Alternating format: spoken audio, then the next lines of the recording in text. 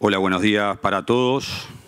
Feliz Día de la Libertad de Expresión antes que nada. Muchas gracias por estar presentes, a los que están presentes. Good morning, everyone. Happy Freedom of Speech Day to everyone. I would like to thank UNESCO for the possibility of being able to share the situation about our industry that, as you know, it's a very difficult situation. Before giving the floor to our panel of presenters, I would like to mention a few of the latest issues. Firstly, I would like to recognize international organizations, UN, UNESCO, to recognize the fact that they have recognized that the activity and health of independent media are essential for the health of democracy and the social communities.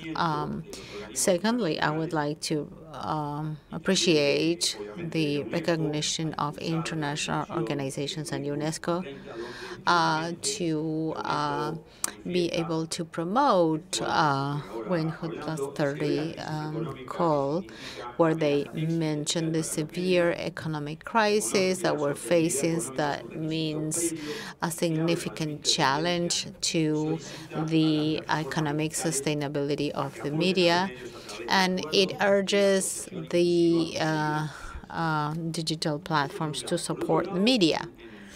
Secondly, I would like to mention the historical statement that took place on September 21st last year, where in many of the Latin American and American newspapers and media, they published a statement that was supported by most of the Latin American media associations, like the News Media Alliance, and that represents over 2,000 American media, and by the Canadian, Honduras, Mexican, Ecuador, Peru, Brazil, Bolivia, Chile, and Uruguay organizations as well. In that request, different types of media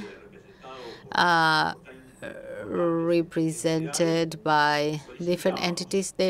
We requested the big platforms reasonable retribution for the use of our content from which they obtain direct benefits and profits.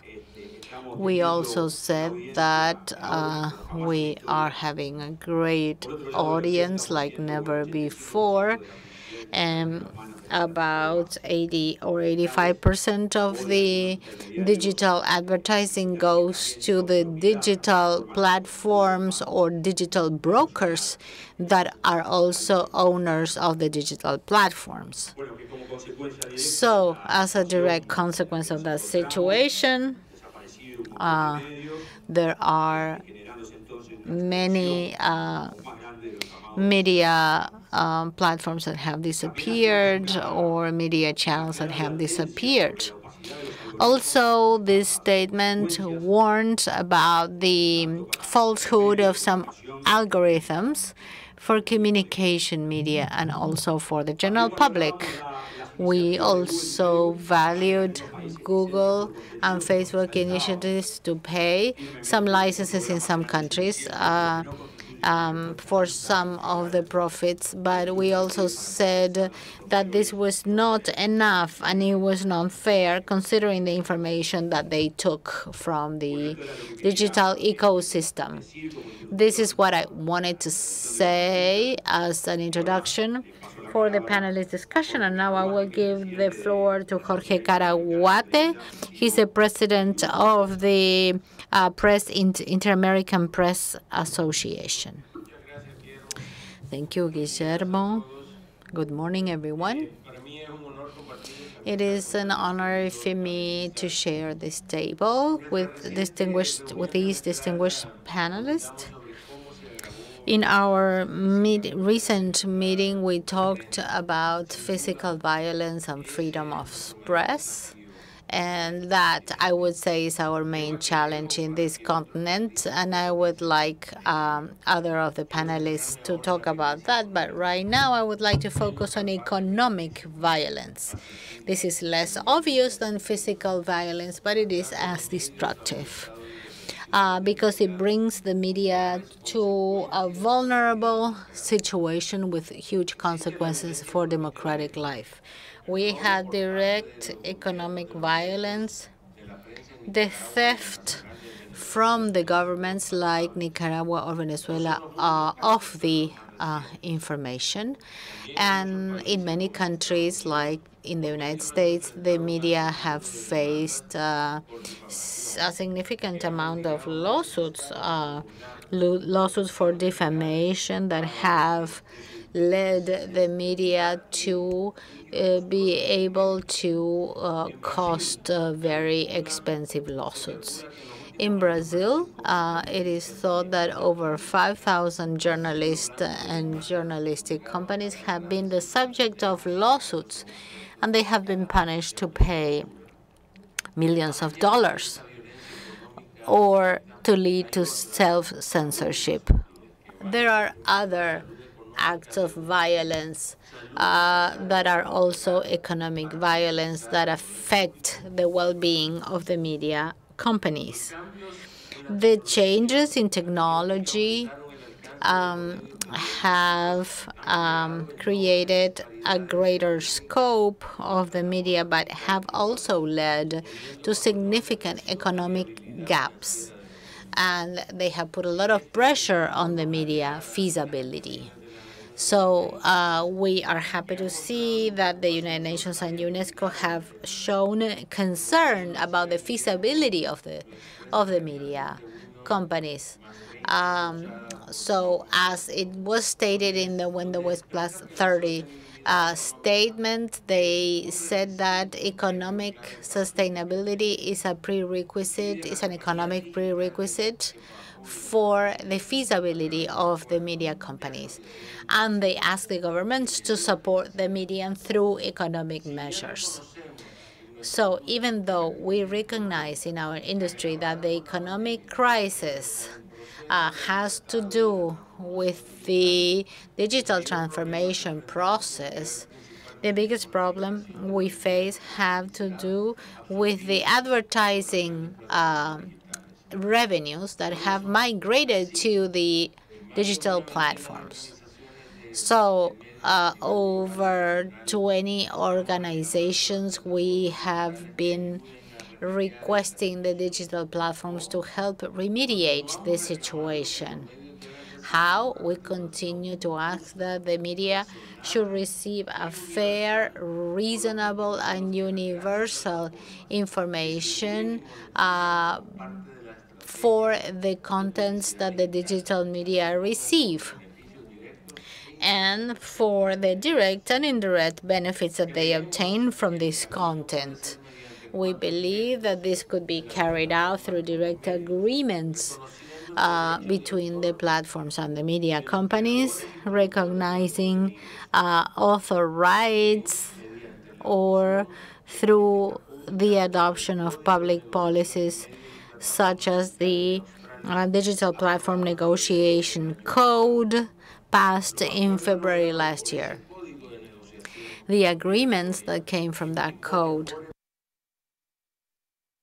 involved greater benefits for the media companies from compared to the platforms.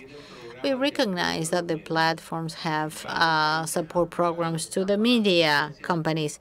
They are paying licenses in some countries, but we think that this is not enough. We must say that the economic crisis has led to serious economic consequences of the media system. We see how in Colombia, Brazil, Argentina, Canada, and the United States, there are many territories and areas that don't have local journalism because advertising has moved to the digital media.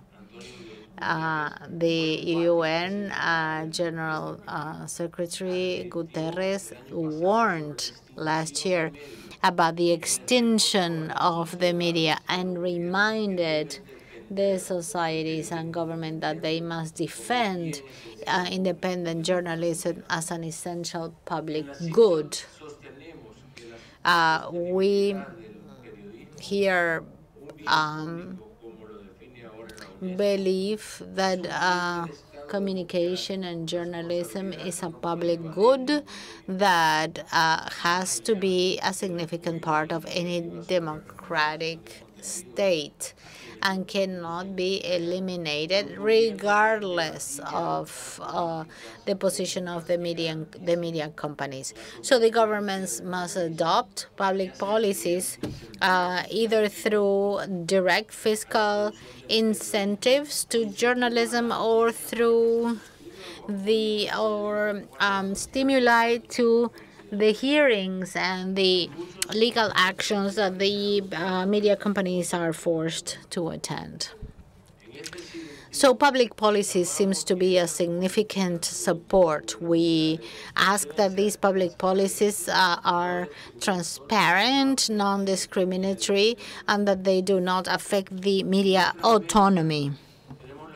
In our Americas, we have the old practice of discriminatory use of public advertising, and we need to stop doing that. We believe that the media, the platform, the governments, the hearings, or the audiences all have to be able to ensure the feasibility and permanence of independent journalism. Our industry is key for the development of the peoples and the common good. Thank you. Thank you, Jorge. Now, Eugenio Sosa Mendoza, President of International Association of Radio Broadcasting, has the floor. Good morning. Thank you for attending. When I thought about this talk, I just wondered how can I not repeat what Jorge is saying. When we talk about broadcasting, radio and TV broadcasting, we think of over 17,000 stations. And how can I include all of them? So the idea is that we, the graphic radio and television media, what we say today is that the borders and the limits among the three of these channels are right now very vague and not clear. So I think it's time to move from diagnosis to execution. So we can say that maybe we are starting this stage of execution, at least through agreements, as Jorge said, with UNESCO policies and other players making public claims and setting different agendas. But I believe that we are still in the first phases of execution or finishing the diagnostic stages. I think that it's time to move on and to come to pace with the first world countries so that the public and the private sector can agree and match the needs of the present world. Many times we speak of the UK, of Australia and their policies, but here in Latin America we are running at a different pace. We need to move faster to keep the pace with what is happening in other parts of the world. From Brazil, from IR, we have made the work. We have done the work of first prioritizing the smaller media in the small communities that had local advertising as the main source of income.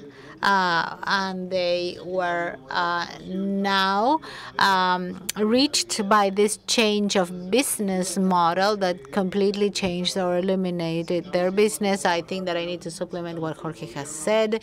We need to go faster. We need for governments and American authorities to really take specific steps, such as the European Union and other countries they did. In Latin America, I think that except for the case of Brazil, that is a clear and visible project that has not even been adopted, we need to have more further discussions of how to tackle this problem, how to tackle the issue of advertising that affects the radio and television market significantly, that has in some cases monopolic practices from the digital media, and that has to do with data sensitivity, the approach to regulation that is also important and that has different areas to be considered, not just advertising, but it also has a technological aspect to it.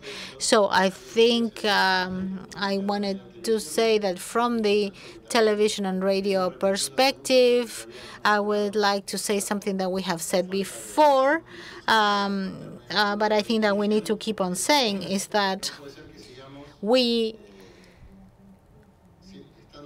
cannot continue to be much more regulated than the biggest platforms. So we right now compete in the advertising market, and they don't have nearly as much regulation as we do.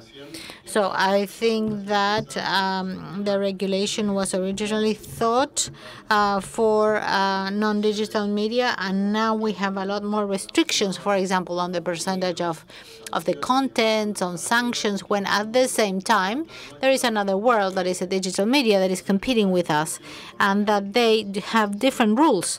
So that's why we think it's important to emphasize the fact that we cannot continue with these regulatory symmetries. So they cannot continue to have laxer in less and more flexible regulations. We are not saying that they should be regulated. We're saying that situations have to be similar. We need to have similar regulations. So we are walking on a mountain with a heavier backpack, and we need the backpack to be lighter, and we need to be in the same situation as they are, as our competitors are. And I think that it's important to come back to this idea again. Detalle y dejar que el resto complete. Another concept is to go back to the sources. Jorge said so.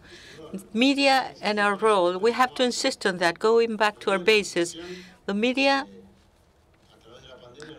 throughout the pandemic, we have seen it remain very valuable. They have the reconversion, they have greater audiences, they reach many people, and they are the valid reference for people to get information from.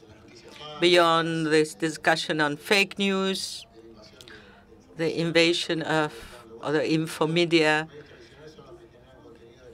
it is the media that generates quality content and have research journalists. And social networks do not do that. Our role is not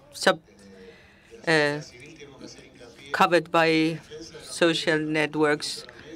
Supporting the media has a strategic role in society, in the rule of law, and to ensure a democracy.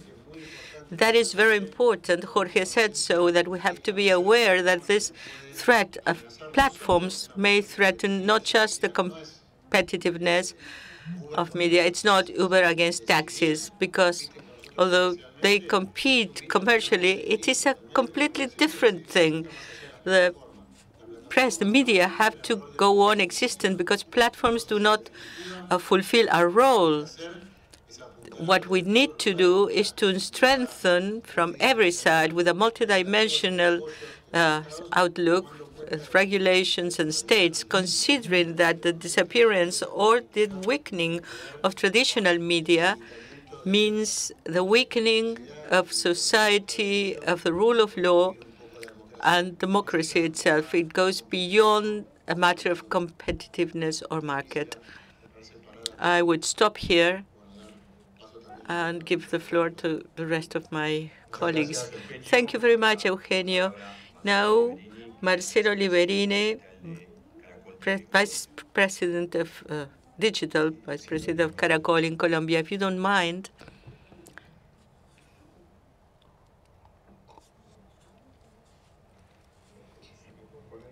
And the first slide, please. First, please. I brought an aide-mémoire for a support presentation that I hope will convey the message I want to convey, to complement or to add to what has been said by Guillermo, Jorge, and Eugenio, and I fully agree with all of them. But I wanted to go to the technical side of what has been happening, not just now, but from the origin of digital platforms and how they have evolved and how we have reached this stage, because we might have a false image that the media, we are complaining about something that is new, when it is not really a picture of the present, but the evolution of a film that has been going on for several decades. And if we do not accelerate our definitions in Latin America, there is a risk for journalism, media, local contents, the culture of each country would disappear. So my outlook goes from the concept of algorithm and the consumption habits of people, because that is what we are talking about. First thing I want to show you is an image that perhaps in the context that we are in the day of Freedom of Press Day, it might be strong, but I ask you to look at it with a perspective, with some humor. The image is of a meme that has been going around for years in the digital universe, which relates the power of large platforms to people's consumption habits. Those consumption habits were built through time and influenced precisely by what algorithms impose in that personal consumption model. And the third axis, and this is what's supposed to be funny, is how those consumption habits are related to algorithms and some humor and cynicism to the world of entertainment. This is the image, an image of Pulp Fiction, Quentin Tarantino's film, saying that the best place to hide a dead body is the page 2 of Google search results. And this might look exaggerated. I don't want it to look violent, but it has to do with true data from reality. That's where we are. These are the statistics for the past 2 years of digital consumption of any sort of content. As you see there, almost 70% of any intent of digital consumption starts with a search. In the Western world, that is based on Google, basically, and less than 1% of searches reach page 2 of results. So it is almost true that the best place to hide a dead body is page 2 of Google results. So over 50% of traffic received by websites throughout the world, not just entertainment or information contents, people reach them through a search engine. And over 90% of global traffic comes through search tools, Google search tools, not just the traditional ones, Google search, but Google Maps, images, even YouTube. If you combine this reality with this other one, which was updated like this about a year ago, the situation is ever more complicated. At the time, Google and its executives used to say it at the beginning of the 2000s they used to say that the best thing for their algorithm was for the digital consumer to spend very little time within the Google platforms, but that is no longer true. As you see there, over 65% of all searches are solved by Google within its own platforms, as you know, by showing the information directly on the search results or sending traffic to YouTube or Google Maps. So Zero-click is a reality and a very serious problem. All digital consumption is nowadays concentrated in algorithms. So, in order to know what is true, you rely on the algorithms of search engines to know what is new. You trust the social network algorithms to know what to watch. You trust the algorithms of the streaming platforms, and to know what to buy, you trust algorithms of the e-commerce platforms. And yet, when faced with that reality and concentrating now on media, we have lost in the digital platforms the direct relationship with our audiences, because these platforms decide what is seen and not seen. That you appear on the second page in the search engine or the third or fourth really means that you do not appear. And yet, even in this situation, in the regulatory world, these large platforms say that they are not publishers and they are not accountable for contents published, but they are only utilities. That is a strong message they convey in the regulatory world. And as we said before, it's very difficult to defend that position. Even more when things like this happen. In the midst of the large discussion in Australia at the beginning of last year, because of the regulation imposed to large platforms that they had to pay for content to the media, they decided an experiment. Imagine that we decide to make experiments with our audiences, that we decided to publish false news ex professo, not by mistake. And then we would say, no, it was just an experiment. It was a test.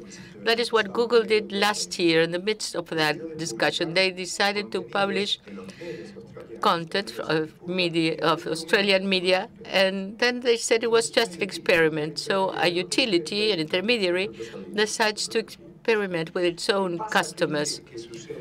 What happens? And this is where I want to concentrate, to understand the logic behind the world of algorithms based on artificial intelligence.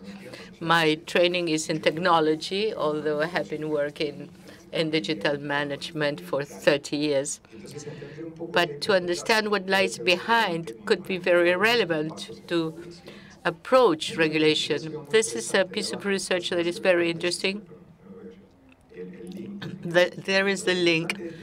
The important thing about this piece of research from March last year is that it was carried out by the MIT journalism agency, and it contributes information to Silicon Valley. And the second one is what happened with the Facebook whistleblower. It tries to understand the logic behind the AI algorithms in Facebook, but in every digital platform, basically. And its logic has to do with three images that you may see here. First one is that algorithms, AI algorithms, are not ready to edit false news, for instance, fake news, for instance. They are prepared to psychologically and socially touch the way how people present themselves in order to generate engagement, to make it so that people remain as long as possible within the platform. That is their business model. As we said before, if the business of digital platform is based on publicity, what they want is that the people who go in stay there. And in order for them to stay, what they try to achieve through these AI algorithms that are specific, not generic, is to touch upon emotions. And emotions needed be positive. They are often negative, and that is what generates fake news. What lies behind, as people say, is their greed. Every intent of their engineering groups to modify those AI algorithms for the sake of society, supposedly, was always contrasted with commercial greed and the possibility that perhaps consumption would not occur within the platform at the end of the year. That is the Frances Horton's image when she made a statement to the press. She presented these images that arose from this piece of research of the MIT Technology Review. This is a piece of research conducted in Facebook showing that the algorithm as it works today promotes greater engagement. People remain longer within Facebook. The closer content is to that limit of what is forbidden, which can be anything, violent content or fake news. That is because of the way how AI algorithms work. The closer content gets to that limit of breaking the terms and conditions, the greater the engagement that content generated in the audience. And they tried to do this. They tried, in fact, they wrote modifications to their algorithms to do the contrary, so that the closer emotions were to the limit, the less people were hooked. It was presented, and executives said no. The study from the same time showed this in the search results of social networks, because what search engines want is that people find information that they consider valuable. So how does an AI algorithm that has lacks a personal touch is what is valuable or not? But how many people click on it? So behind this, what we have is, as long as there is no general AI, which is being developed now, and I really advise that you check what the institution OpenAI is doing with its GPT-free algorithm, which tries to develop a general AI, in this case to write text in an open manner. This happened 6 years ago. In those AI non-generic algorithm, Microsoft decided to publish an AI robot in Twitter. It took only 1 day to become almost a Nazi. And why? And they had to discontinue it. There is an ethical issue of AI algorithms and how it works. In this case, specialized on the road to general AI. This debate is even occurring within the platforms and Silicon Valley, and supposedly also in China. For instance, this piece of information from 5-6 years ago, where the Google executives were trying to define whether it was necessary to have a panic button to avoid AI to dominate technology, or what the so famous Elon Musk, who almost 4 years ago in that lecture, that he was more afraid of generic AI algorithms than to nuclear war. And the same gentleman is now buying Twitter, and we do not know what's going to happen with that. In those internal debates that have a lot about ethics, Google created an AI ethics committee, and it lasted for only 1 week. Why? Because of the discussions within its members. The latest is what is going to happen to these AI algorithms and the way, rather obscure way in which the platforms work. Elon Musk, before buying Twitter, before he had made his intention clear, I think he's admirable. He's a mad genius. I don't know how geniuses in other centuries were, but this is very talkative. He's very ironic and cynical and libertarian, but he's no fool. So he published this survey within Twitter. He has over 1 million votes. He was asking people whether they thought that algorithms had to be open and be made of open content. Most people said yes. So that shows what has to happen behind. There are regulations that are very, very old. This is Section 230. That was almost the basis of how to develop these concepts of whether large platforms are utilities or publishers.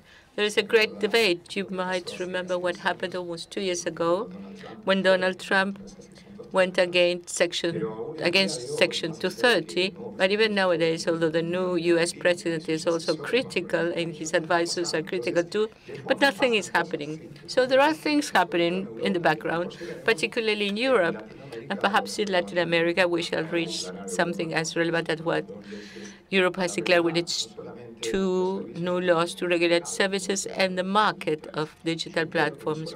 And I hope that it will not only regulate business matters, competitiveness, balancing the burdens, but also human issues, the use and abuse of the capture of personal data, which is a universal right. It is something essential to human rights. I hope that they do all this before it is too late. Thank you very much.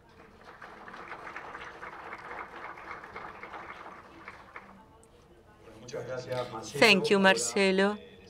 Now, Daniel Coffey has the floor. He is Executive Vice President of the News Media Alliance. He will be speaking from his country. She will be. I hope you can hear me okay. There's a little bit of an echo for me, but I'm going to keep going. I represent 2,000 news publishers in the U.S. and internationally. And the last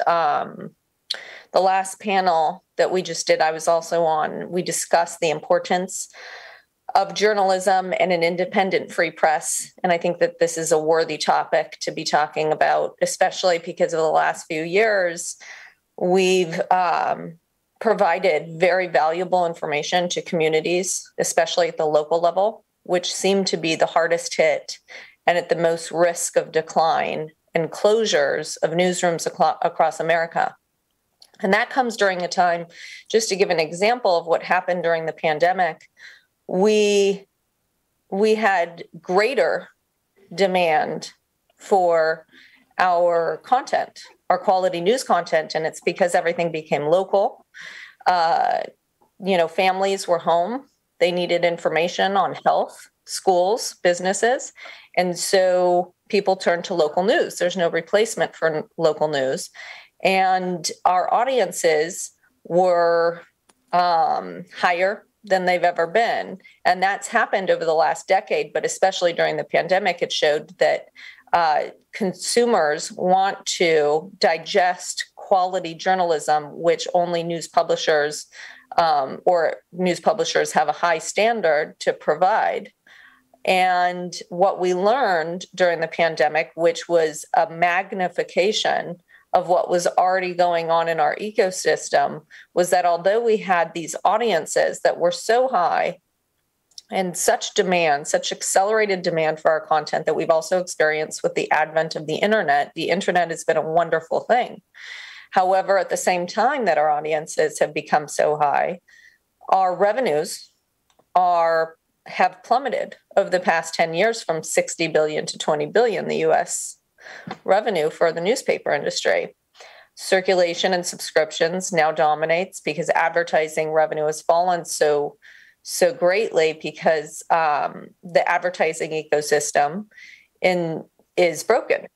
We find that the revenue will not continue to support the quality journalism that we produce because it requires tremendous investments in reporters.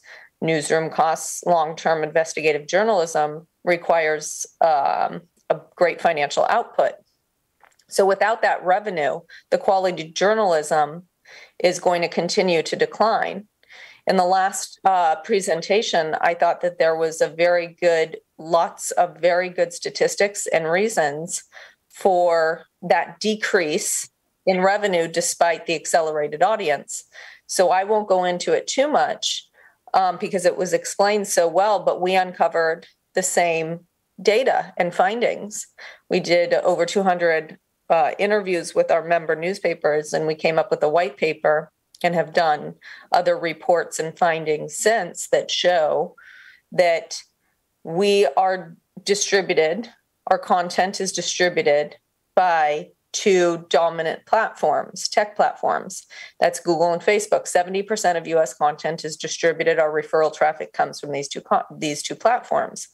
And as the previous presenter mentioned, 65% of users don't leave the platforms, the walled gardens, and that's because the platforms are incentivized to keep users within their walls so that they can continue to extract the data, which is their currency, to be able to feed back into this advertising ecosystem, which they also dominate.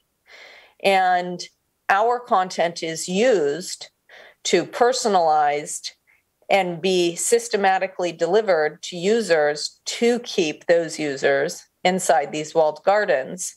However, we don't receive any compensation for all of that data and revenue that's produced for the platforms. So the mystery was solved, so to speak, because we realized where the revenue was going to these gatekeepers. And just like any distribution where there's an unjust enrichment to the gatekeeper who's a monopoly and has control over the terms of access, antitrust and competition law in the US is what addresses these marketplace imbalances. So we have legislation pending in Congress that we introduced, that our leaders introduced 5 years ago now, which has been expanded and refined to include an enforcement mechanism to ensure that fair market value.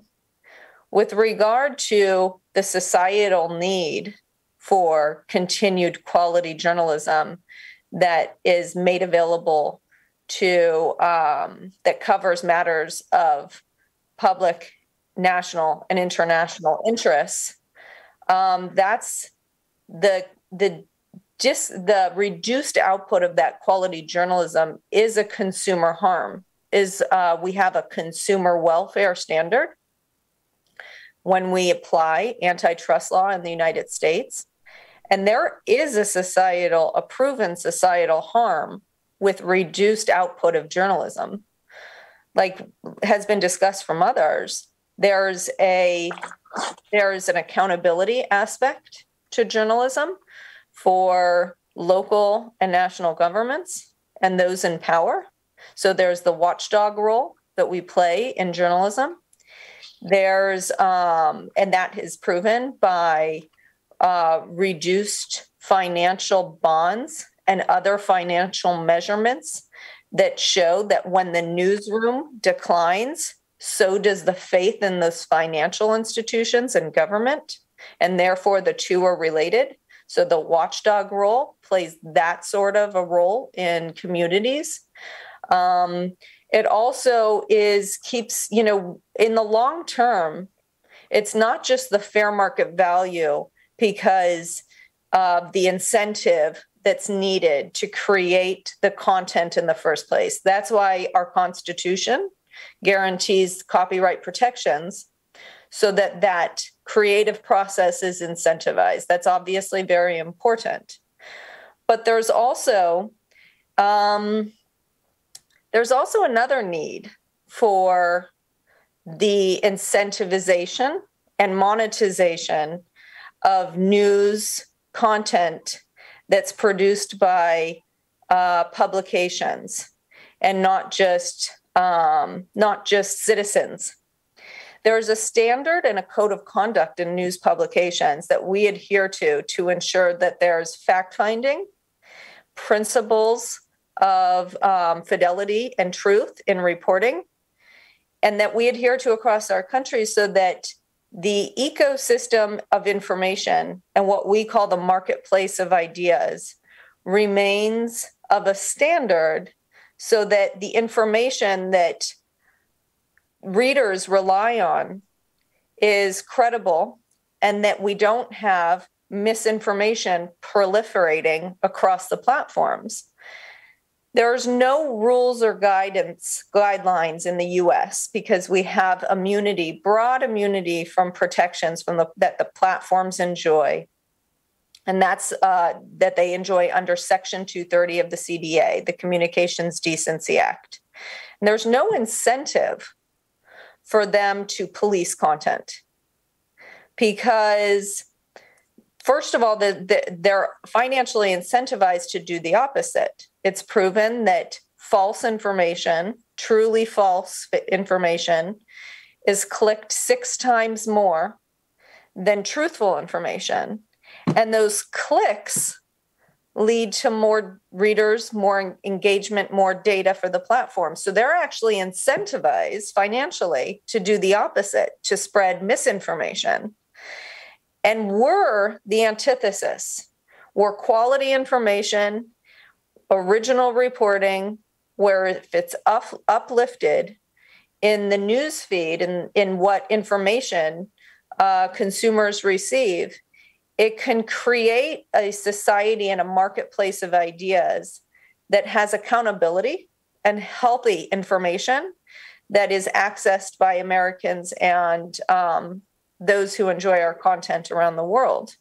So we are the solution, and we need to fund this solution. We need our fair market value, not just because like I said, to incentivize the creative process, but also to create a better ecosystem for society.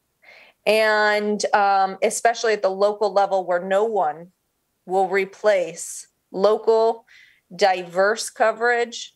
What happens in our communities is metropolitan papers just cover those areas where newsrooms close, instead of having a new newsroom, whether it's digital, native, or so forth, replace any newsroom that closes. It does not happen. Those newsrooms are not replaced by another entity.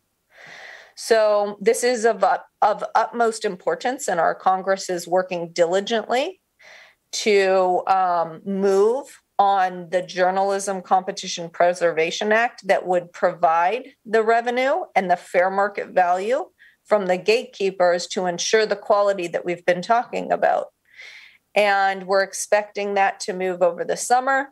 We are working diligently to make that happen, negotiating with various parties, interested parties, or interest groups, and other industries to ensure it is the end result that accomplishes the goal of sustaining quality journalism. Thank you very much for having me. And I always enjoy joining this group on this important World Press Freedom Day. And so I appreciate you including me in this important conversation. Thank you. Muchas gracias. Thank you, Danielle. I will now give the floor to Marta Ramos. She's the director of the Mexican Press Association. Good morning, everyone. It is a pleasure for me to be here. Can you hear me? Yes? Okay. Okay.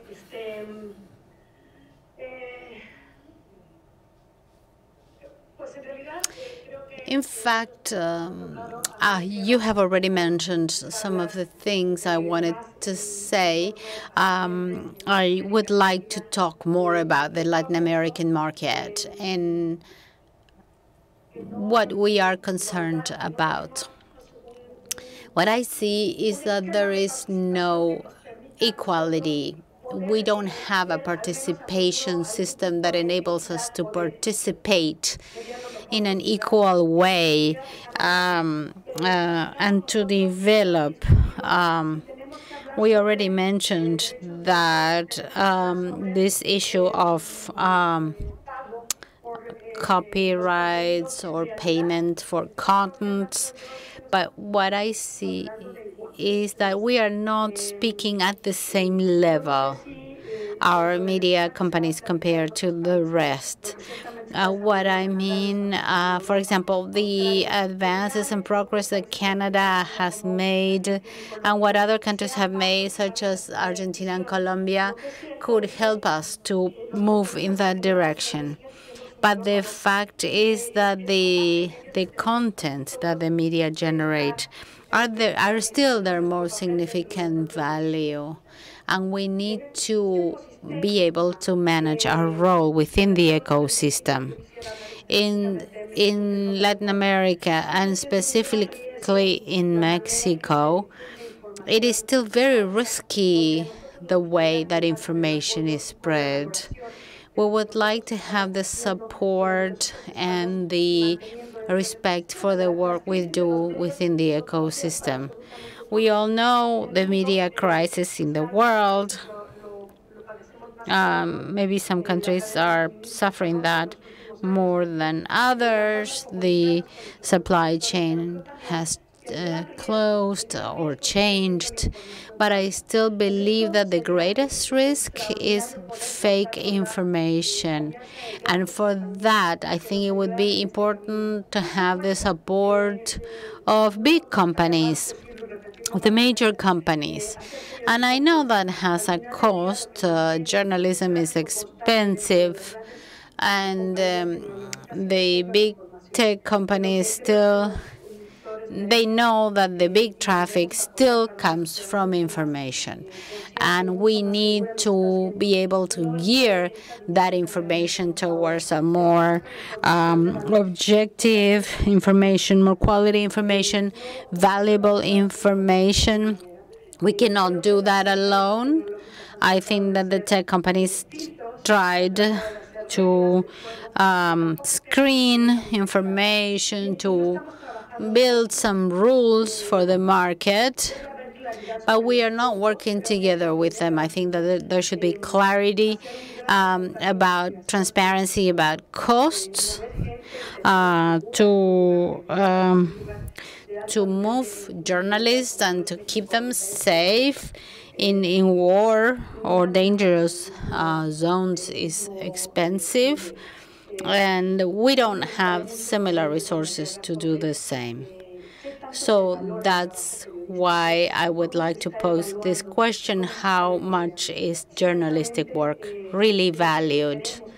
If we want to keep journalistic work that we all understand is essential to maintain democracies and a participative society, it's really important that we set or we fix a value to it. And this is where we are, where we fail, because our price list is very different by country, by media unit.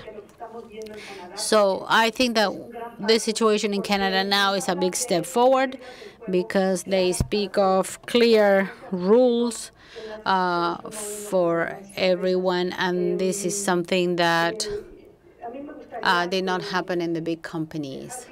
I would like to say that, of course, we all recognize that the way to communicate with the readers has changed, and that it has changed in the last few years, of course, with the pandemic. We're all very clear about that.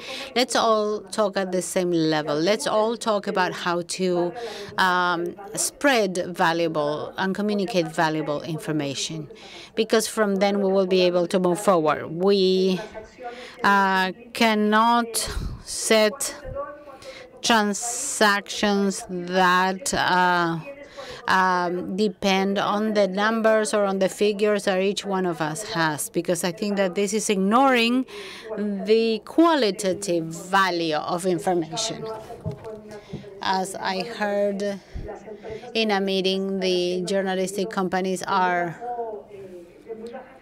having very low quality journalism in a way, and I think that I would like to discuss this with all of you. What do algorithms have to do with these results? So in order to be able to put a price to our work, we need to be able to have the figures and the statistics. And they say that we need to have the right figures, but in order for us to have the right figures, we receive the figures from these media in a way. So I think that we need to generate our own data and figures. And I think that the media companies are those that have the information and should quantify it and monetize it. But we depend on these tech companies at the same time. So when we speak of the media feasibility in Latin America, we are not speaking of the same fact. The information value of the material and the contents that the media have that they have the media systems, or companies have reporters, have systems, have ways to check information, have fact checkers. That needs to have a value that goes beyond the number of viewers or readers. So we need to really have clear what is the role of journalists and what is the price that that has. So I would like to leave my presentation there. Thank you, Marta. Your contribution was very good. Now Juan Andrés Lerena will close our panel. He's the General Director of LAIR.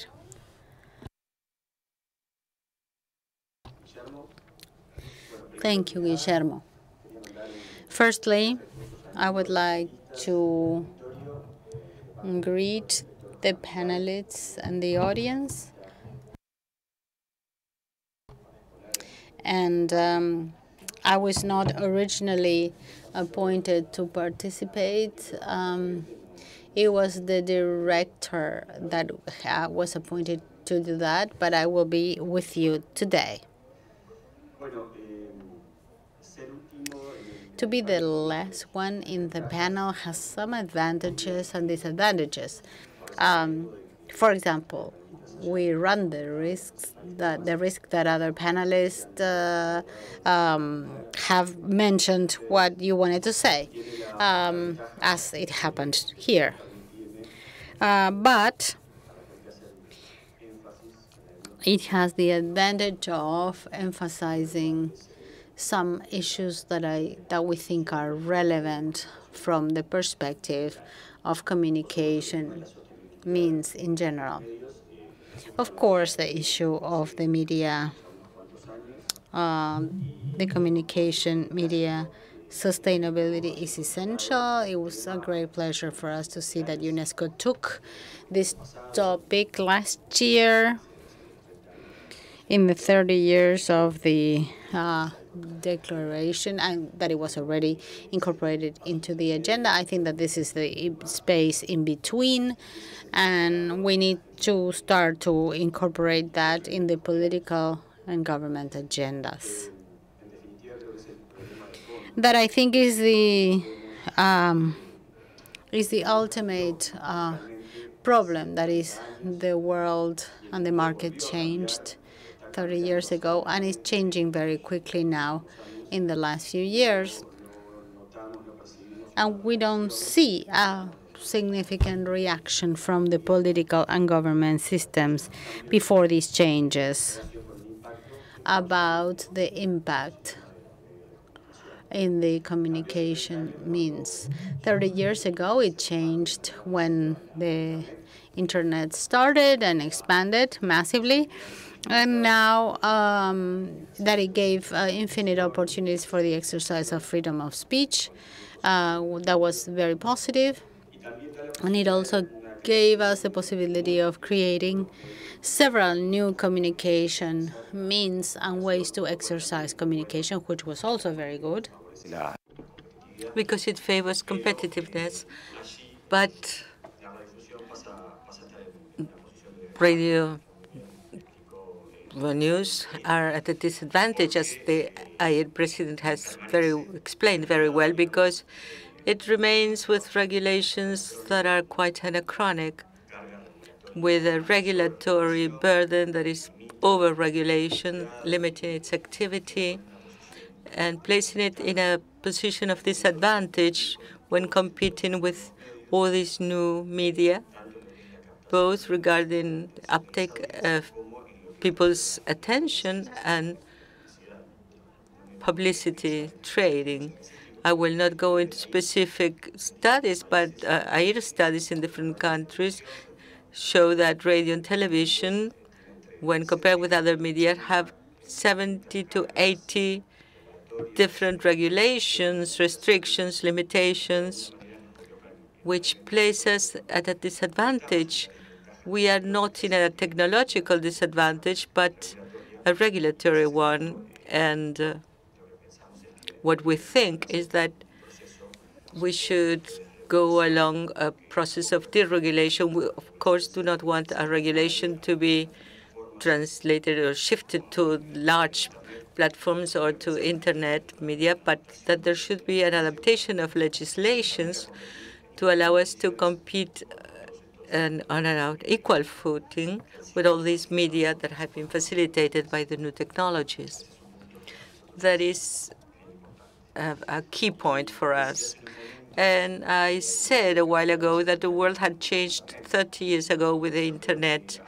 And I believe that right now we are living through another change, and that is how the internet is changing. Marcelo explained it very well.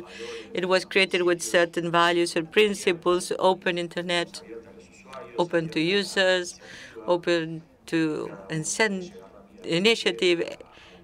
Each person could quickly reach whatever place they wanted, and that has changed. I do not think it's worth attributing intentions. Well, it happened like that. Naturally, the growth of certain companies, exponential growth of companies such as Google or Facebook, which somehow changed those principles and values of the open internet and exert now positions of power that allow them to control certain segments of the internet. Marcelo spoke about search engines, of course. In the digital publicity market, which is nowadays 50% of all publicity investment in most countries, it has extended horizontally and vertically, in the case of Google, as the entrance to internet, its search engine, and the very good technologies it developed, which means that it has become an intermediary between people who announce their products and the media. It has its own sites that compete with the media and also its own measurements. So it has gone to all sides of digital publicity, and they have a dominion position that is not comparable to the ones that we knew before, nor to railroads in the 30s or energy or oil. This is far more powerful. Mankind has never known such an enormous power before. And of course, we have to become aware and try to foster measures. One of the problems that it has generated is the use of content. It is, well, if you're not involved in this issue, you might think that copyright is recognized, is acknowledged in democratic societies for a very long time, just like property rights, and you should be the owner of your own contents. And yet these platforms, you use many of them, either news or entertainment, all sorts of contents. They belong to somebody, and those contents are traded in the networks, and they profit from that lucrative activity. They profit by using those contents. So why is it sometimes difficult to judge for something that would look so obvious? Well, it's their power, the reactions that they generated in Australia when they said they were moving out of that country. If tomorrow it introduces an algorithm in the search engine and you do not appear any longer, you disappear from the world. So it's not just a dominion position, which per se might not be negative, but when you abuse that position, we should consider the rules of defense of competence and the need for agencies in our countries to start incorporating this problem in their agendas. Last year, we passed or approved a paper that was very important for us, called for free independent broadcasting in the digital era, and we tried to disseminate it as much as possible. We subscribed together with the Inter-American Press Society and other prestigious agencies a publication with different points that are very important. And as a final complement to this issue, besides the need to update regulations for these platforms. The problem that is very important and was pointed out by Marcelo, and I would only support it, the incidence in the exercise of freedom of expression and access to information, because one way or another, algorithms decide what is seen and what is not seen. They prioritize some news over others. They prioritize some media outlets over others. And these are private companies, and it is truly dangerous that they have this kind of influence on the exercise of freedom of expression. I do not say that governments will guarantee that right. Of course, there are examples that show it is not so, but we have to be aware of it, and it is affecting the exercise of this fundamental right whose day we are celebrating today. So thank you very much. Thank you very much, Juan Andrés. Thank you all. I think you made a very clear summary of what the panel discussed today. And now we open the second panel, which will be moderated, I don't know, virtually or in person. Do you know?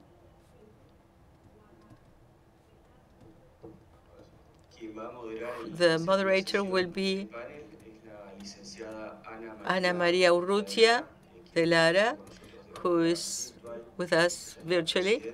She is chairman of the Freedom of Expression Committee of AIR. So welcome, Ana María. I don't know if you are already with us and if you hear us well. Yes, of course. Good morning. I'm here.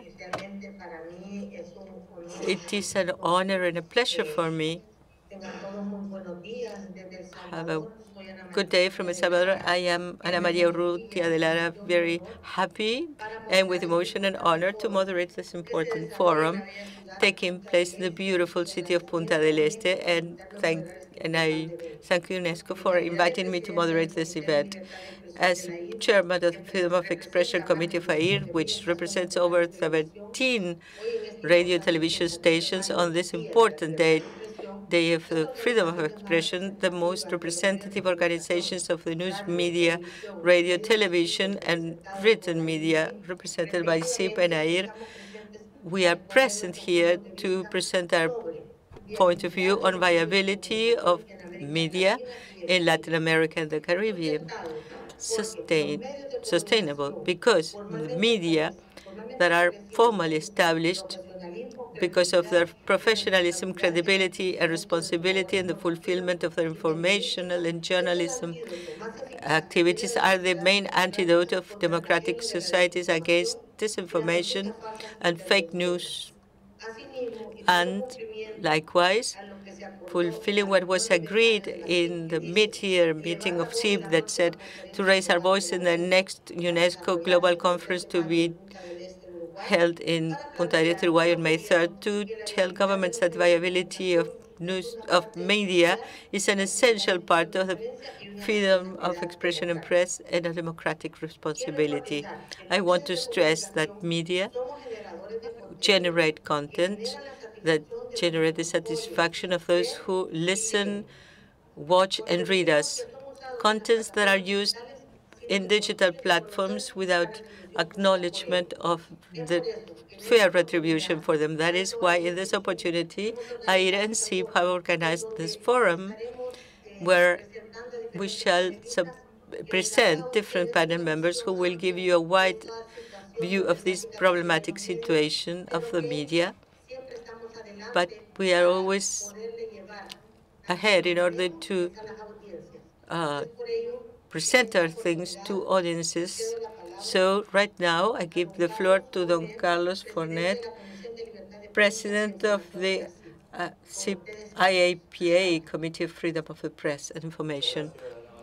Thank you, Ana María. Thank you for your opening words. I am Argentinian, but right now I'm in Udine in Italy, and I have to open the second part of the panel, and I will try to do so from a continental perspective with an encompassing concept. I'm sure that my colleagues in the panel will consider national realities that would complete the scenario of what we are presenting here. The development of quality journalism with the capacity to carry out research, to cover news in depth, to promote citizen debate, depends to a large extent on the existence of solid news media. And the book, Journalistic Management, I published some years ago, and it was published by IAP. I said that the economic independence of media is a mandatory condition in order to have the exercise of freedom of the press without pressure from powers that be. Back then, in 2007, we warned about the risks of weak, fragile means subject to the pressure of political and economic powers. From that time on, we all know that the sector has faced a deep process of transformation. This panel precisely conveys us saying that the business model of media has recently been questioned by the pandemic, but before that, even by the new technological developments that increase the economic imbalance, particularly vis-a-vis large world global actors with a strong position of dominion in the network. Nevertheless, and this is what I want to stress, many of the American governments do not only promote counter-cyclic measures to support independent journalism, but they accelerate deterioration with measures that asphyxiate the sector. These policies are taken to the extreme by populist, left-wing or right-wing politicians who combine the strategy with actions for disinformation.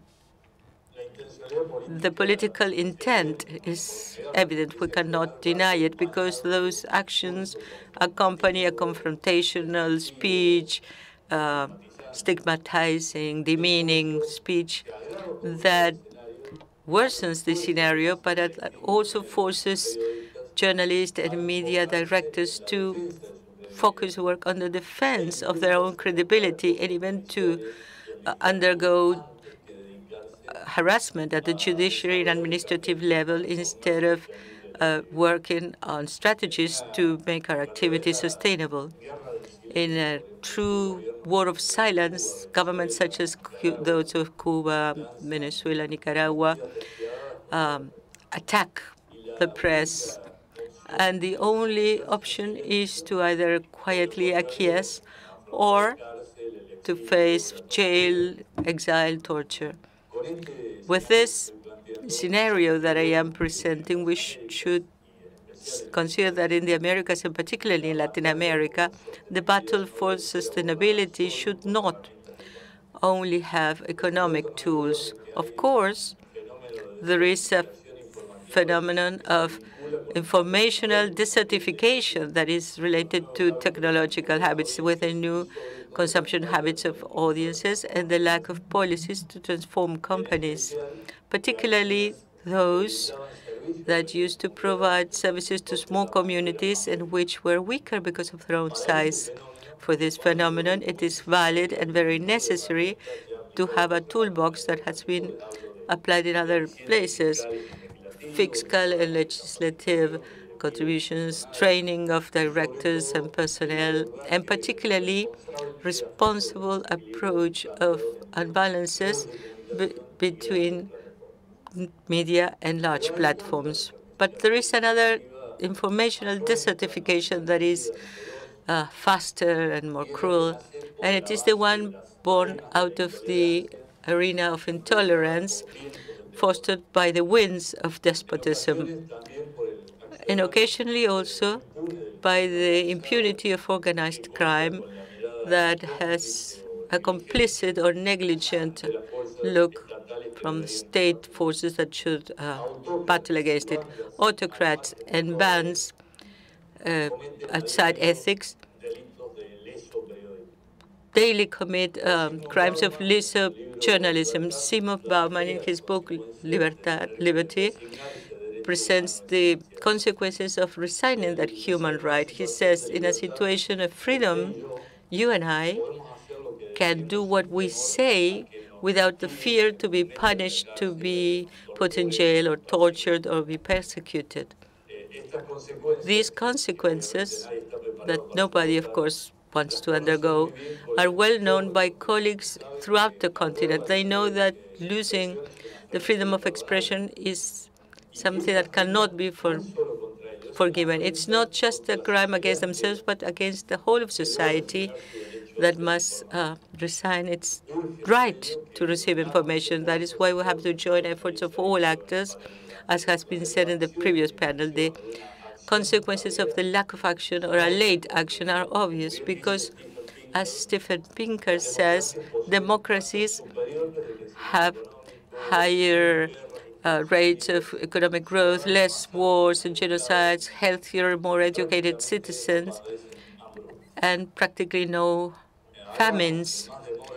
Without further ado, we should have a joint front against informational desertification. Let's work on the one side to guarantee sustainability, economic sustainability to the press, which demands creation of awareness of the media itself, of entities for the defense of human rights and freedom of the press, and the international agencies. But basically, especially by the large technological companies, which with their global expansion strategies and their bet to prolong the status quo as long as possible, are only accelerating the weakening of journalism.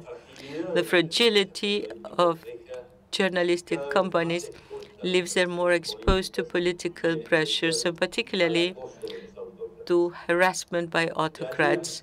Hence the need for a comprehensive approach, because without economic sustainability, journalism lacks the capacity to promote citizen debate. And with less informed societies, authoritarian regimes advance. And I will finish with this. The Internet has made a great contribution for the communication of the peoples. There is no doubt about that. But if we lose capillarity of thousands of local media, if the resources that historically funded journalism are absorbed now by a bunch of global companies, we shall relinquish informational quality and also democratic quality. This interrelationship between these factors had to be understood by the large platforms and open up a productive dialogue with communication media society in general and for themselves, because their own future, that of large platforms, will be better in a society that is educated, thinking with a spirit of overcoming problems than in societies ruled by despots with hungry people who are afraid. From this place, I urge you to look for creative solutions to face the two phases of desertification. Economic one in those countries where there is a political environment that allows for it, and ideological as an emergency action that admits no delay in those countries that are hurt by intolerance and authoritarianism. Thank you very much.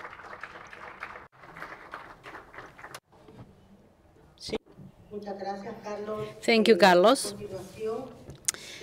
I will give the floor now to Dr. Marcelo Mechaga. He is the Director of Corporate Relations of the Global Group. Marcelo Mechaga has the floor. Thank you, everyone. Thank you. I apologize for my Portuñol. I would like to thank Eugenio Juan, my colleagues from IAIR. I would like to speak of the Brazilian experience, the 2630 draft law of fake news. This is a discussion that we had for over 2 years in the Brazilian Congress. This draft law, it's not the right name because it's not just a draft law. And the project itself does not speak of fake news. What does it talk about? What does it refer to? It refers to 3 main pillars: freedom of expression, transparency of contents, and accountability. Transparency, freedom, and responsibility. Freedom with responsibility. This is the main pillar of this draft law. So, who does it refer to? It targets social media, it targets message applications and search engines. It doesn't target e-commerce, financial services, only those 3 activities: messaging, social networks, and for companies that have over 10,000 live users in Brazil, for example. And this draft law sets the struggle against unidentified robots or bots, systematizes automatic messages, the transparency of users. It regulates official accounts, sets the obligation of educating about social media in school programs in the whole country. It's not an obligation, but it fosters the technological companies' self-regulations, and it creates a report every 6 months about the contents made in the accounts, the contents produced in the accounts. Yesterday, I read that the Brazilian law would like to open WhatsApp encryption messages. This is not included in the draft law. It's not included. We don't talk about encryption. Why is this draft law relevant for us? For 2 reasons. Advertising and the revenue from contents. In terms of advertising, all the ads for the Brazilian market have to be recognized by a representative in the country. You don't need to have a company, a physical company, but they need to have representation. It could be a law firm, could be one representative, one person, anybody. So this representative should force them to respect the national communication law. Brazil has an advertising system that is self-regulated and content-regulated. And this representative will force them to pay taxes in the country, because now the taxes are not paid in Brazil, they are paid for in other countries. So this would be an effective tool to have companies pay taxes. And this is important because the Brazilian media companies have to respect local legislation, pay taxes in their countries. And the same does not happen in other platforms. In terms of the specificity of content regulation for further regulation, recognizes compensation as a right that journalistic methods companies have to request. We recognize the Italian model with arbitrage. And this arbitrage will be carried out by a committee. Both parties should offer proposals. The committee should choose one of the proposals. And this forces the companies to be more reasonable. So, yesterday and today, we several times said that professional journalism is the answer. Professional journalism is the answer. Professional journalism's feasibility, it's a challenge because it depends on the big technological companies' payments, and they depend on them. It's not a favor to us. They are not favoring the media companies. The platforms are essential for the 21st century. They're essential means of communication. See, if something is not somehow indexed by Google, it doesn't exist. There's no way of not belonging, of not being indexed by Google. There's no internet otherwise. So we need, besides the Australian and the Canadian law, we need to look at Europe. Europe has dealt with the issue of compensation since 2017. But recently, DMA and DSA have moved forward and influenced legislations in the world. And I believe that this could be an essential factor for regulation. So, in the world today, the technological company strategies are the same. They threaten to leave the country.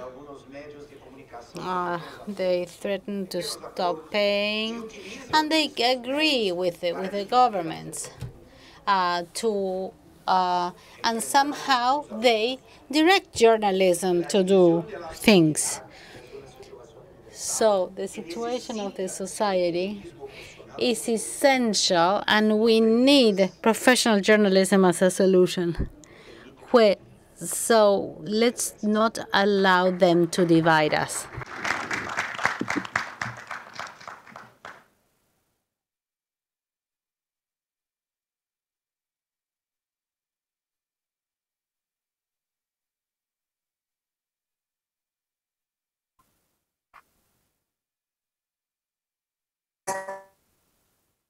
En continuación, a Paul Digan, presidente de Media Canadá.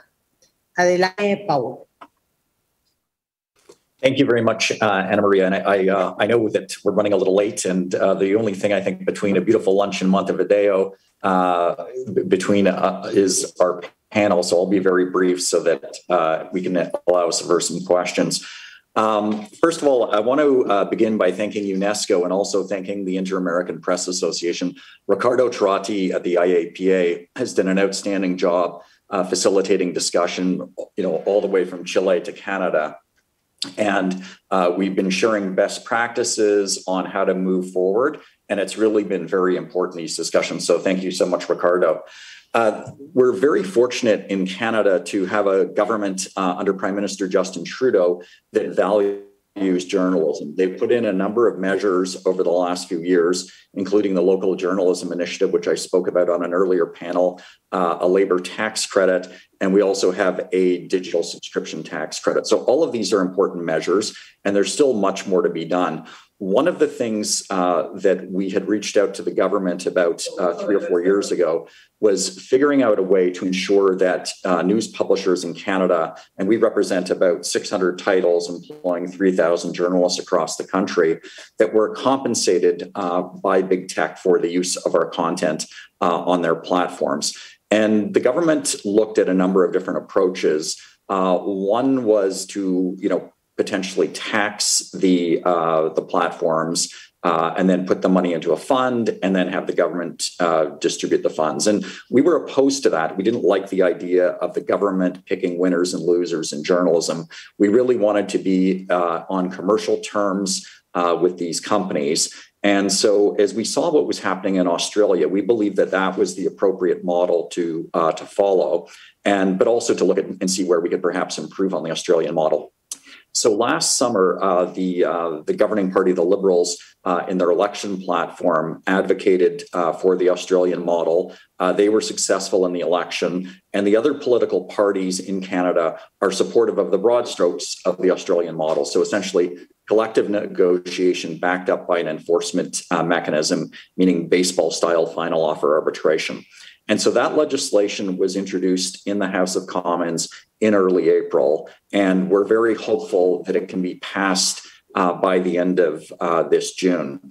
And just to give you a little bit of a sense in terms of sort of where there's some improvements over the Australian model, one is that the determination on which platforms are in scope is not made by a political person, not by a minister. So it's made by a regulatory body. So we see that as a significant improvement.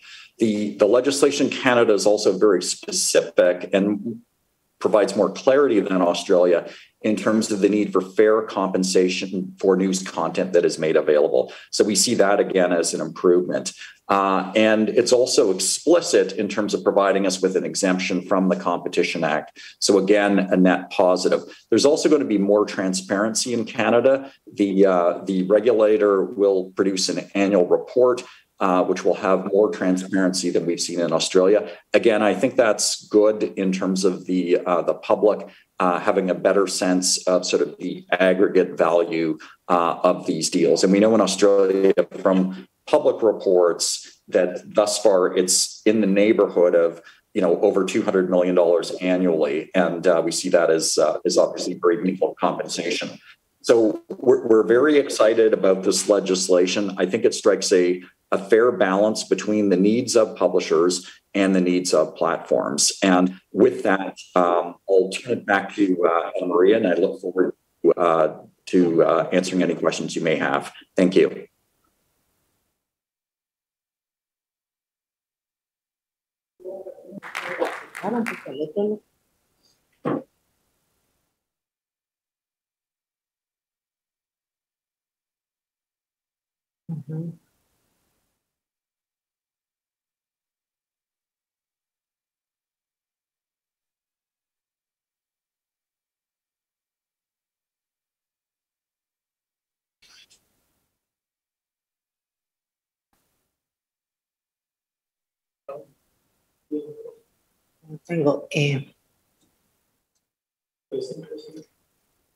Muchas gracias, Paul, por tu participación. Doy el paso a continuación. I'm sorry. Continúa el señor. Dice.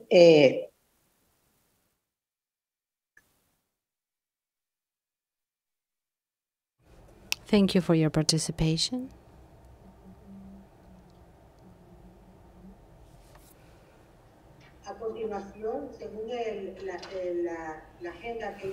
And according to the agenda I have, Daniel Gesén would come next. He's the president of the Journalists Association of Argentina, ADEPA. Good morning, everyone. Thank you. Ana Maria, you have a delay problem, clearly.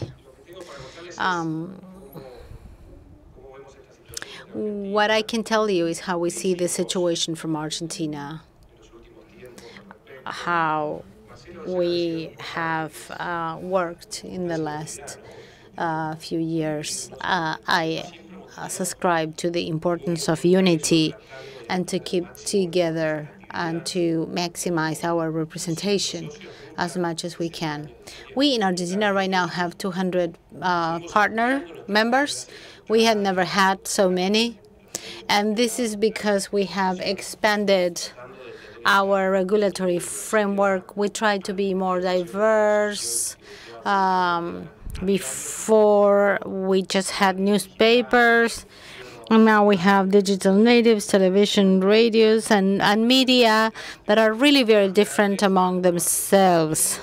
Small, large media in Argentina. And these type of issues, of course, show a risk of division. When we speak of the platforms and of the media and of TV or whatever, that in a way fosters division because we divide the presence of different players. Yesterday, UNESCO General Secretary said that the journalistic advertising, lost half of their revenues. Well, that happened in Argentina only in the first year of the pandemic. So Argentina has many records. We have Clarín and La Nación that have the highest number of digital subscriptions in the whole market, Spanish-speaking market. And we have Infobae, that is also the biggest platform in terms of international news. We have 50 million users and subscribers. And yesterday, somebody said from University of Florida that it took 14 years for them to reach the balance. So if we think of Infobae, for example, that is the channel with the highest audience. And if we think of the fact that the biggest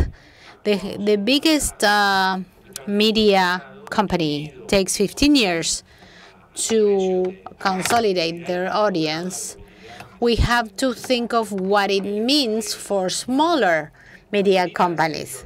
In Argentina, we signed, some of the media companies signed agreements first with Google, then with Facebook. Argentina was one of the first 8 countries to enter the Showcase program that involves payment for some type of agreements.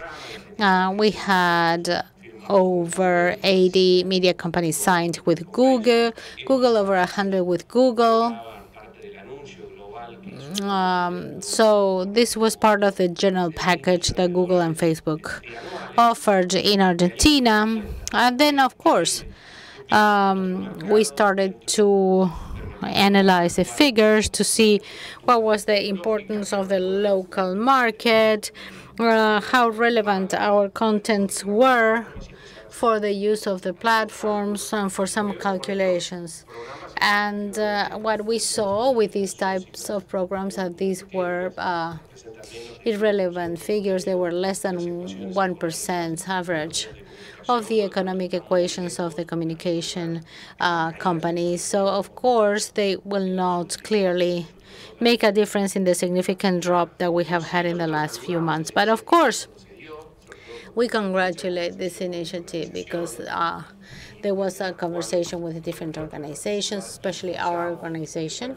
And we tried to have an audience that was as wide as possible and to include all of our partner members that were in a position to generate journalistic content. And they all participated in the programs. And we saw that it was insufficient, but it was positive as well.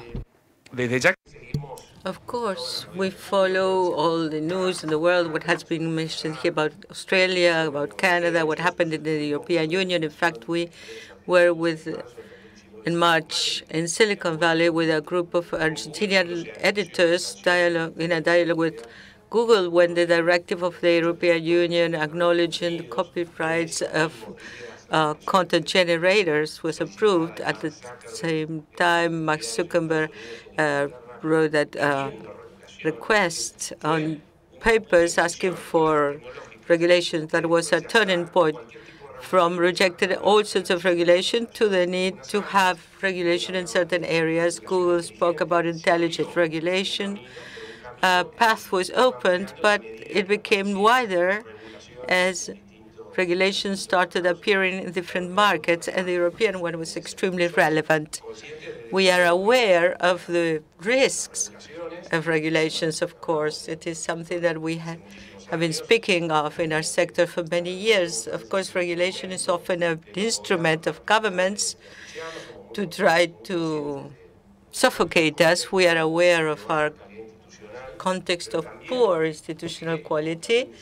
But as Marcelo also said, the strategy of the technological companies is the same in different markets: to delay conversations, often delay them. There are good first steps, but then the next steps are not reasonable.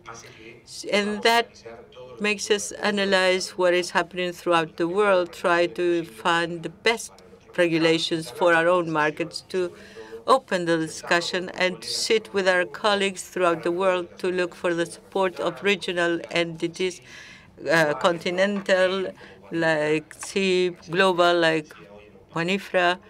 And Marcelo said it in a previous panel, this is a global problem, and it is ideal to find a global solution. Meanwhile, we have regional solutions, proposals at the national level, and from organizations such as ours, we want to participate in that debate and try to find the best possible models for our country. Thank you very much.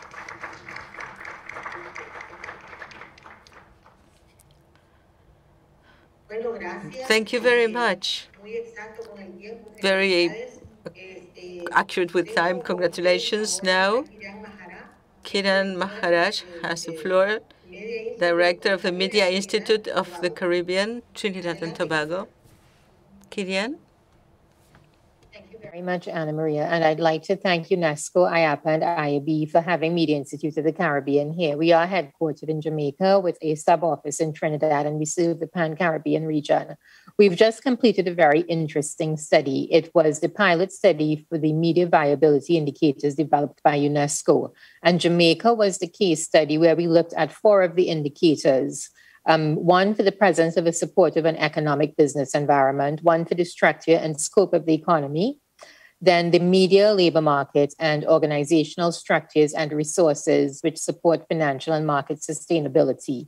I have to tell you that one of the things we face in our region as small island developing states is the fact that we are small economies, we are small populations, so that there is a real and urgent challenge for us when it comes to media viability and how we are going to cope with the same issues that we all face globally. We have the same issues with regards to big tech, the fact that the economic situation has been exacerbated by the pandemic, the fact that we are fighting with the misinformation and disinformation issues. But for us, the challenges become a lot more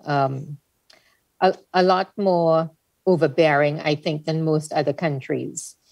One of the things that was very clear is that there has to be a stakeholder approach. And in doing this study, we looked at it from both primary sources and secondary sources. We did over 27 interviews with stakeholders. We conducted surveys with journalists, academia, media managers, and owners. And we looked at what was really happening in our landscape and what we can, in fact, do. Definitely, big tech is having a very detrimental effect on local media. What we've been seeing is a lot of the independent journalists who run their own media outfits, they have had to fold. We are seeing the threat of consolidation. So the issue of media capture is very, very real for us because there are going to be influencers in that space. The other major issue is obviously that the misinformation and disinformation is being portrayed as real news on social media platforms. So even when you look at pages that belong to Facebook, where they say that they have a lot of rules intact for the minimalization of fake news, we don't really see that. We see pages going up that are being put up by individuals. And obviously what they're doing is spreading a lot of incorrect information in the public domain. So it's very, very threatening to our journalists because the quality of journalism is also declining. There seems to be a fervor for who are citizen journalists and a fervor for who has the most influence on social media. And that is one of the things we are facing in our environment. We have other issues from an operational standpoint, things like the fact that we in media prices in terms of their rates and so on have not been able to change. So within the last 5 years, they've had to hold their rates. Loans are harder to get. Banks don't listen to the media as much as they would most other private sector entities, I believe. And I think that's because they believe it is volatile. Legislatively, we definitely have a huge loophole. We need to strengthen our laws in the interest of investigative journalism in particular. So we are continuing the fight for access to information and freedom of information legislation. Where it exists in our region, it does not allow you still to get the information that you should have and that the public should have. There is a lack of whistleblower protection. There are no exclusions for data protection. So as it stands now, journalists can be asked to name their sources, which is obviously not a good thing. And journalists believe that they are under threat, especially if they approach certain stories. You also find that they are grappling with the fact that compensation is not where it should be. During the pandemic, we did a separate study in our region, and we saw that journalists had to pick up more than one job. Some of them had to leave the profession because newsroom had cuts. So there are many, many issues. What we did out of our study is we made a series of recommendations, which we grouped under 4 headings. One was under economic, then regulatory, policy framework development. And I have to tell you that media literacy is an issue that we must pick up and we must pursue. And I know it's something that UNESCO has always strived to do, but I think that we need to do a much better job of it. And then there was another group we called Other, where we looked at how we can strengthen our association with other business service organizations and work towards better training and development. So all in all, we need to put together a comprehensive plan. And in looking at it, that plan cannot be by the media alone. As I said, there has to be an approach where we work with government, where we work with civil society, with the educators, and we need to let the public understand what is going on. We always report on what is happening, and I think one of the things we don't do sufficiently as media is we don't report on ourselves and the challenges we have to be able to get the public to understand why some of these things are necessary that we are doing. So one of the findings is that the key finding really is that we need to adopt this approach. So later this month, in the month of May, we are going to have a stakeholder meeting where we are going to bring all of the parties who we feel can do something. We're going to bring them together and hopefully come up with an action plan. I just want to say that, we're at a point where we have to do this. We have to face the challenges because it is about the erosion of democracy and the eradication of truth. And if we don't do it when there is an urgent need like now, we will lose the societies that we love. Thank you.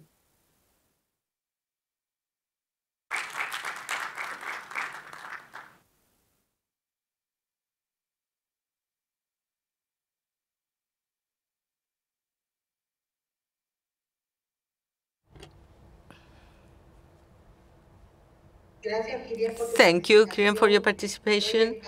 And I now give the floor to Dr. Inchausti, who will be talking about the problem to compete of local media vis-a-vis global digital media from Uruguay. Dr. Rafael Inchausti, you have the floor. Thank you very much, Ana Maria. Good morning to you all. Thank you very much for participating in this panel. Our friends from other countries also. And as Ana Maria said, what I want is to convey to you the point of view of the broadcasters of our country who are associated in our association, Andebu. I thought it was interesting, and I fully agree with the concepts that had been conveyed by the previous panel members, in the previous panel and in this one, and with the intent to stress the importance of the dissemination of contents in sound and audiovisual contents, and also written press, of course, that our broadcasters communicate, and the difficulties, the current difficulties in maintaining their activity. For all of us, it used to be normal for a long time, the habit of, when there was a news or something, to listen. Where did you hear that piece of news? Where did you see it? I read it in the newspaper was the answer. I heard it on the radio, or I watched it on the television. And that expression already validated or provided certainty of the veracity of the event, and that this person was commenting on.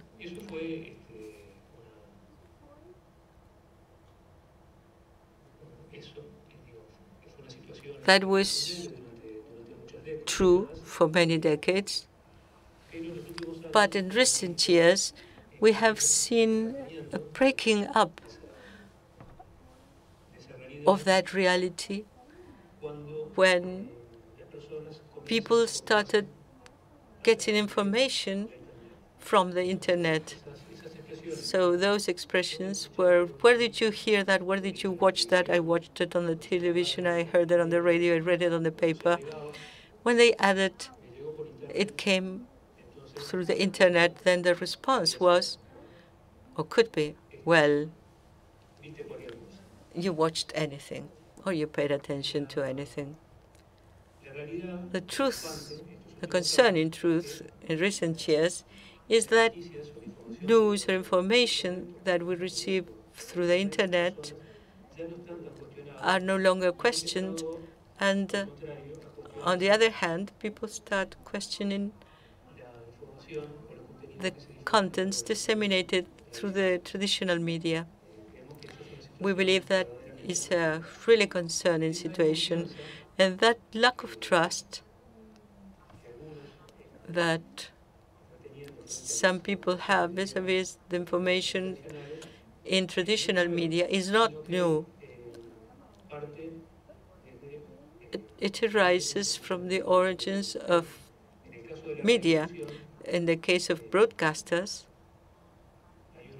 there is a historical fact that took place in our country at the beginning of the implementation of broadcasting in our country that accounts for that. On this year, radios are celebrating the first 100 years of functioning in Uruguay with permanent content emission, stable content emission. That is, there were previous experiences, of course, but November 6th, 2022 was when the first stable broadcasting service was established in Uruguay. It was introduced by American companies that were making transmissions, Westinghouse and General Electric at the time, and a situation generated with General Electric accounts for this mistrust that I mentioned. The first transmitter that reached our country was a General Electric one, and its original destination was the Universal Rio de Janeiro exhibit or fair in 1922. I'm sorry, commemorating the centennial of Brazilian independence. months. At the time, Brazilian authorities did not allow to disembark that transmitter, saying that there were security reasons, the risk of revealing state secrets, that it might be used for spying, and that transmitter went on, and the ship that was, it went to Buenos Aires, where it was kept at the customs for several months, and then it was sent to the General Electric offices in Uruguay. When it reached our country, some people became very enthusiastic about that new technology, and broadcasting was born then in Uruguay with another transmitter provided by General Electric to an entrepreneur in Uruguay, Sebastián Paradisábal. That radio station did not last very long, but it is considered the first radio station with stable transmissions in our country. Those fears that the new technology created at the time, we see them now in the use of new technologies, but we also see how they have endured for 100 years up to this day. We went through the technological revolution in the 90s. As Lerena said in his presentation, a technological revolution that promoted transmission of content through borders via satellites, cell phones, and the Internet. And we reach a time when that development, that change from the analogical to the digital world, from the internal countrywide communication to worldwide communication of news and contents, generated the existence of huge communication platforms that became gained enormous economic weight and power. We are all aware of the huge monetary value of the main digital platforms and the dominant position in the world, which has caused the old audiovisual sectors that operated up to the time, cinema, television, and the large communication corporations, to move towards processes of concentration in order to face the power influence of the digital platforms they had in front of them. That is how these large corporations that were already large, they merged and they acquired new companies and horizontal and vertical integrations, which meant in the investment of thousands of millions of dollars.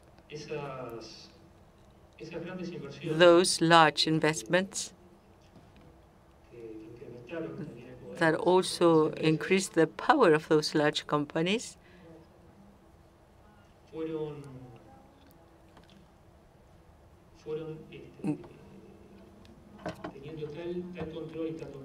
gained such control of the world of communications that small local and national media, which were also facing regulations that were intrusive and asphyxiated from the economic point of view, particularly in our countries, had their own existence threatened. Our local media, which have developed their work with great effort for many years, are now faced not only with digital platforms, but with huge corporations that have concentrated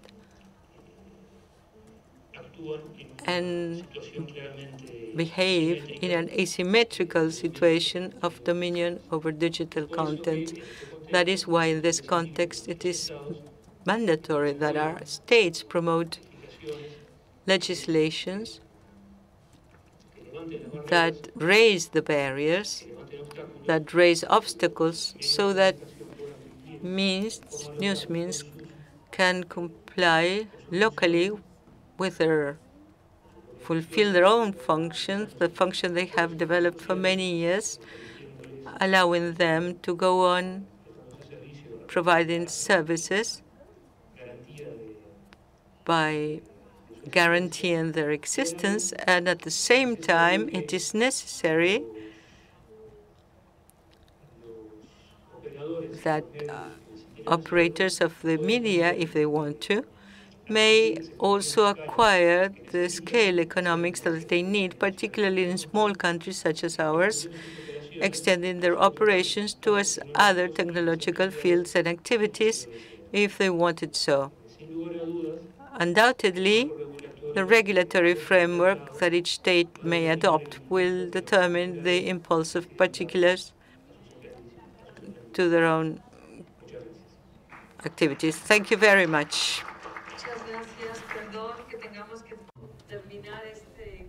I'm sorry that we have to.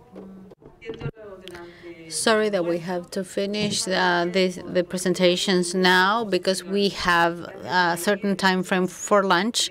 Thank you all. We need to start with the with the following session. So I would like to invite you all to have lunch.